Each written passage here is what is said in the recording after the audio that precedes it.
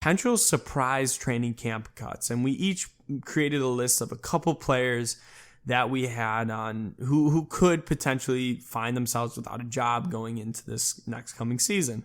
So, Reese, why don't you go ahead and give me your first name? Yeah, so my first name is Artie Burns, who was just recently brought in, former first round draft pick, former Pittsburgh Steeler, kind of regarded as a bust, but getting his, next chance with the Bears. And the reason why I have him here is really it's no fault of his own. I think that he could come out and perform somewhat decently. I think if he performs very well, he's not going to see himself cut. But if he performs, somewhat decently in camp, but yet some of these, younger rookies that they brought in, we talked about last podcast just how deep the Bears are at the, DB position, especially at cornerback. If they come out and perform well, the Bears are definitely going to stick with some of these younger players they picked up in the draft or an undrafted free agency. And Artie Burns could find himself, back on the street, not really completely because he didn't perform well, but just because, they're players that the Bears want to keep in the system and really kind of want to build them, and groom themselves.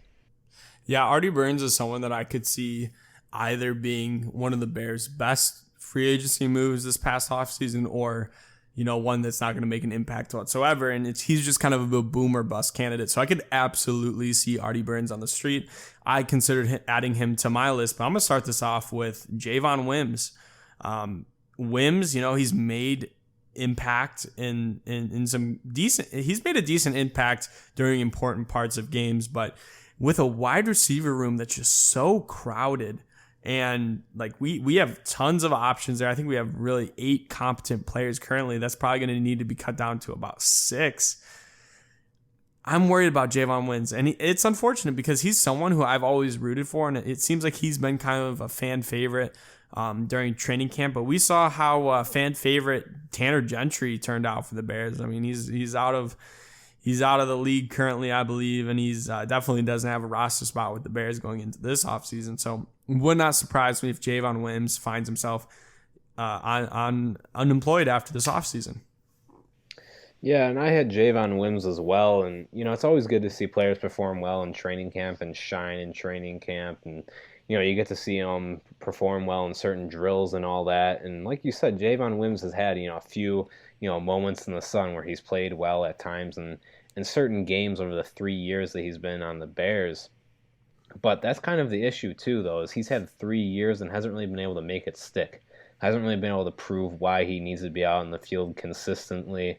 Hasn't given, Matt Nagy a reason to put him out there, all the time. Make sure that he's someone that needs to get the ball on every Sunday or Monday or Thursday night, whichever it is.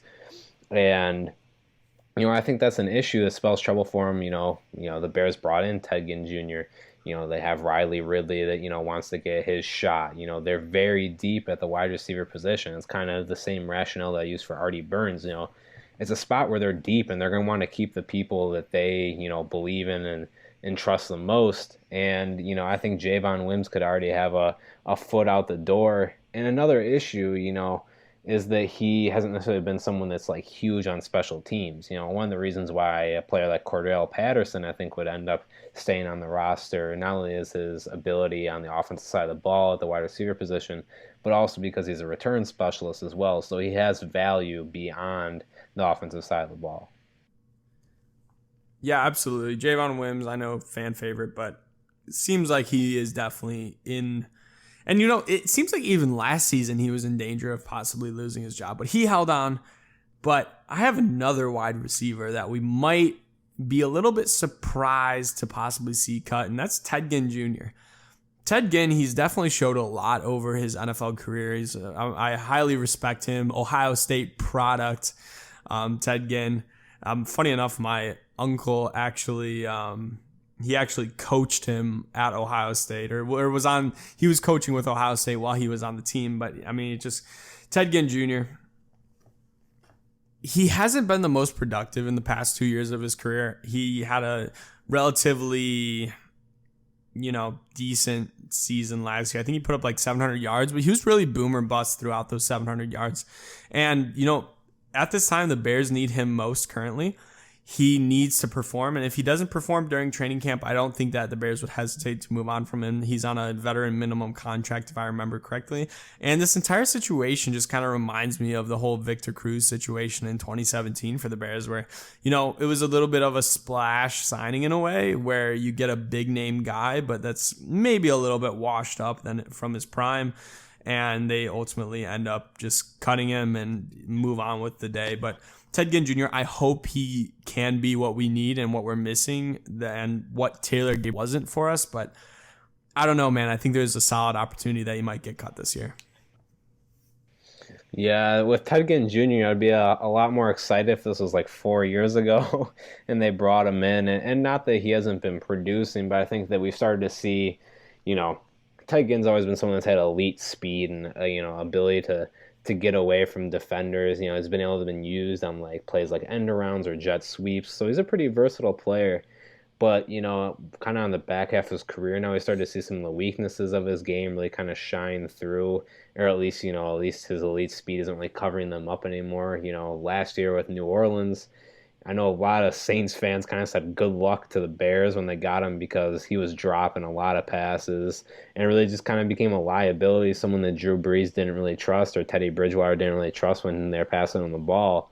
So I think if that shines through, if that shines through in camp, if Ted Ginn is not catching a lot of the balls, then I think he could very quickly see himself, in the exact same position as, as you brought up, as Victor Cruz, where he was in for, the off season.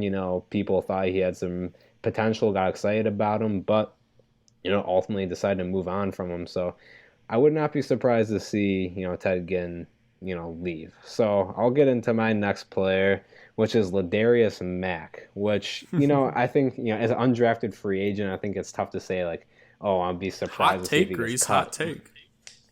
Yeah, but at the same time, I mean, I guess, as Khalil Mack's brother, I almost feel like in a strange nepotism way that he has a little bit of an edge up on some other players just because he is Khalil Mack's brother. Maybe they're a little more inclined to keep him on the team. But, at that edge, the Bears do have depth. I mean, I guess, it's good to have a strong rotation of players, but if he doesn't show that he really has an ability to stand out himself and isn't just riding out on his name. And I know that at Buffalo, which is also where Khalil Mack went, I know that at Buffalo, Ladarius Mack did stand out and he was good in his own right. But at the same time, I think that he needs to come out and prove himself and prove that he is actually someone that, is actually a worthy asset to this Bears defense. I'm going to move forward and pretend I know what nepotism means, but my next player is Duke Shelley. He's someone who the Bears drafted in the 5th round. And I liked him coming out of college, but I am a little bit concerned with just the fact that it's a crowded locker room at this position. Like Duke Shelley, he showed a lot of talent and a lot of different traits, but he is playing the slot wide or the slot. And I mean, we have Buster Skrine, we have Kindle Vildor who can play that position. Kindle Vildor can also play outside cornerback. He might be a little small to do that, but he can do both. So Duke Shelley, just from a crowdedness perspective, it seems like he could be on the chopping block. And even on the other hand, when you think about Buster Skrine, he really owns that position currently. But if one of these young players really stands out, they might be apt to actually let him go and kind of let the young players take the reins. Which I think even saying that, the fact that, Buster Skrine, he's not very likely, but is a remote cut candidate just because of, even Kevin Tolliver too, is someone that could play that nickelback role. So, there's such a crowded room that someone like Duke Shelley that has had a chance to prove himself, and hasn't really stood out, he has a shot to make it, work this training camp. But at the same time, like it's going to be a very tough competition. Someone is going to have to go, and it's going to be unfortunate that they might have to let go of someone that actually has some really good talent and something to bring to this team. But they have so many people that can bring something positive. I mean, the fact that Buster Skrine could even be showed up by some of these youngins is just crazy. So I think saying that Duke Shelley could be on his way out isn't anything radical at all. And it seems like we've constantly hammered on the fact of just how deep this cornerback core is. I mean, it seems like it's kind of crazy how well it's transformed over this past offseason. It seemed like in the beginning of the offseason, we were kind of like, we don't really know who's going to do what, and if we have any good depth options. But at the end of the day, Ryan Pace did a hell of a job rounding out this cornerback core. Oh yeah, I mean without a doubt, it's crazy. It's almost he almost did too much. He went like extra, but I think it's going to be an unbelievable strength. It's almost just the icing on the cake, right? The Bears have a great front seven already, which as we've talked about in depth is almost more important than the back four, the secondary, or the back five if you're running a nickel package, whatever. Your front seven can kind of dictate. They put pressure on the quarterback and help cover up the weaknesses, if you have a weak secondary or a secondary that's not amazing. But when you can also build onto that with that great edge rush, that great, run stop, if you can put on top of that a great secondary, some great DBs, then, you're the money. It's going to be really tough for, offenses to scheme and try to find a way around you when you really have no weaknesses. Yeah, and it just gives us a really good opportunity to develop some young talent to, at the end of the day, take over possibly Kyle Fuller's position when he inevitably moves on from the Bears due to salary cap constraints that we might have in the future. But what I also like about the Bears cornerback core is just how little money we actually have invested in it. Really, the only player that's on a solid contract is Kyle Fuller, and I believe he's only making like $14 million, which isn't a whole bunch. I mean, compare this to Miami, where they have two big name cornerbacks with Byron Jones and Xavier Howard, where they're both making, I think, over $17 million a year. It's really impressive to just see how good this cornerback core has gotten. And I really like that Ryan Pace has invested most of the money up front, because those guys, you can't really cycle in and out as easily as you can with cornerbacks. So I think at the end of the day, there's a solid amount of players just across this roster that could be surprising cuts. This team has really gotten to, I mean, it's crazy thinking back to like 2017, 2016, where this team has been and where it is at now, because this team really has so much depth that there's very few positions that you can really, there's very few positions where a starter just like is going to maintain their job for sure in the future for a long period of time. It's just a testament to Ryan Pace and how good of a job.